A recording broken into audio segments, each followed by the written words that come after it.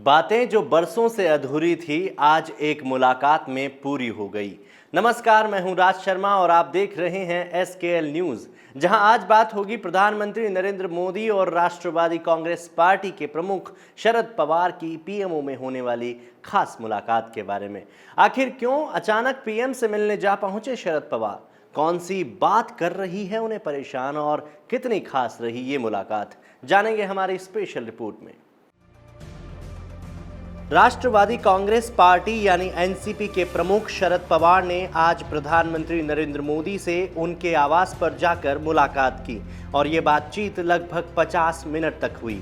इस बैठक के बाद सियासी चर्चाओं का बाजार गर्म हो गया है। प्रधानमंत्री कार्यालय ने दोनों नेताओं की मुलाकात की एक तस्वीर के साथ ट्वीट किया। राज्यसभा सांसद शरद पवार ने पीएम नरेंद्र मोदी से मुलाकात की है। तकरीबन 1 घंटे तक हुई इस मुलाकात में क्या बात हुई, इस बारे में कोई आधिकारिक जानकारी नहीं दी गई, लेकिन सूत्रों का कहना है कि उन्होंने ताज़ा राजनीतिक मुद्दों पर चर्चा की। इससे पहले गुरुवार को शरद पवार महाराष्ट्र के मुख्यमंत्री उद्धव ठाकरे से भी मिले थे और हाल फिलहाल में शुक्रवार को शरद पवार रक्षा मंत्री राजनाथ सिंह और एके एंटनी से मुलाकात कर चुके हैं। इस बैठक में प्रमुख रक्षा अध्यक्ष जनरल बिपिन रावत और सेना प्रमुख जनरल MM नरवणे भी मौजूद थे।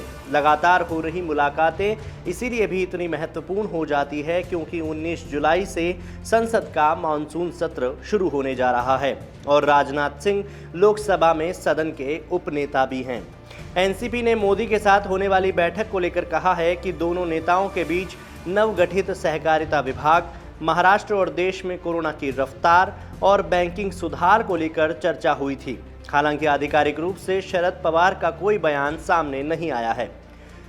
राजनीतिक जानकारों की माने तो संसद के आने वाले सत्र में मराठा आरक्षण के मुद्दे को उठाने से पहले एनसीपी इसे मोदी के सामने रखना चाह रही थी ताकि केंद्र इस बारे में कोई कड़ा कदम उठा सके।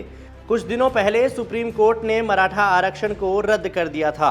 इसके अलावा कांग्रेस के प्रदेशाध्यक्ष नाना पटोले ने जिस तरह की टिप्पणी एनसीपी चीफ शरद पवार, अजीत पवार और उद्धव ठाकरे को लेकर की है, पवार उससे भी नाराज है और कांग्रेस को कड़ा संदेश देना चाह रहे हैं। इसी संदर्भ में वो सोनिया गांधी से भी मुलाकात कर सकते हैं। सूत्रों का कहना है कि पवार नाना पटोले की शिकायत राहुल और सोनिया से कर सकते हैं। 2 दिन पहले कांग्रेस के प्रदेश अध्यक्ष नाना पटोले ने शरद पवार को महाविकास अघाड़ी सरकार का रिमोट कंट्रोल कह दिया था। पटोले के इस बयान के बाद एक बार फिर से राजनीतिक गलियारों में कांग्रेस और एनसीपी को लेकर चर्चा शुरू हो गई है।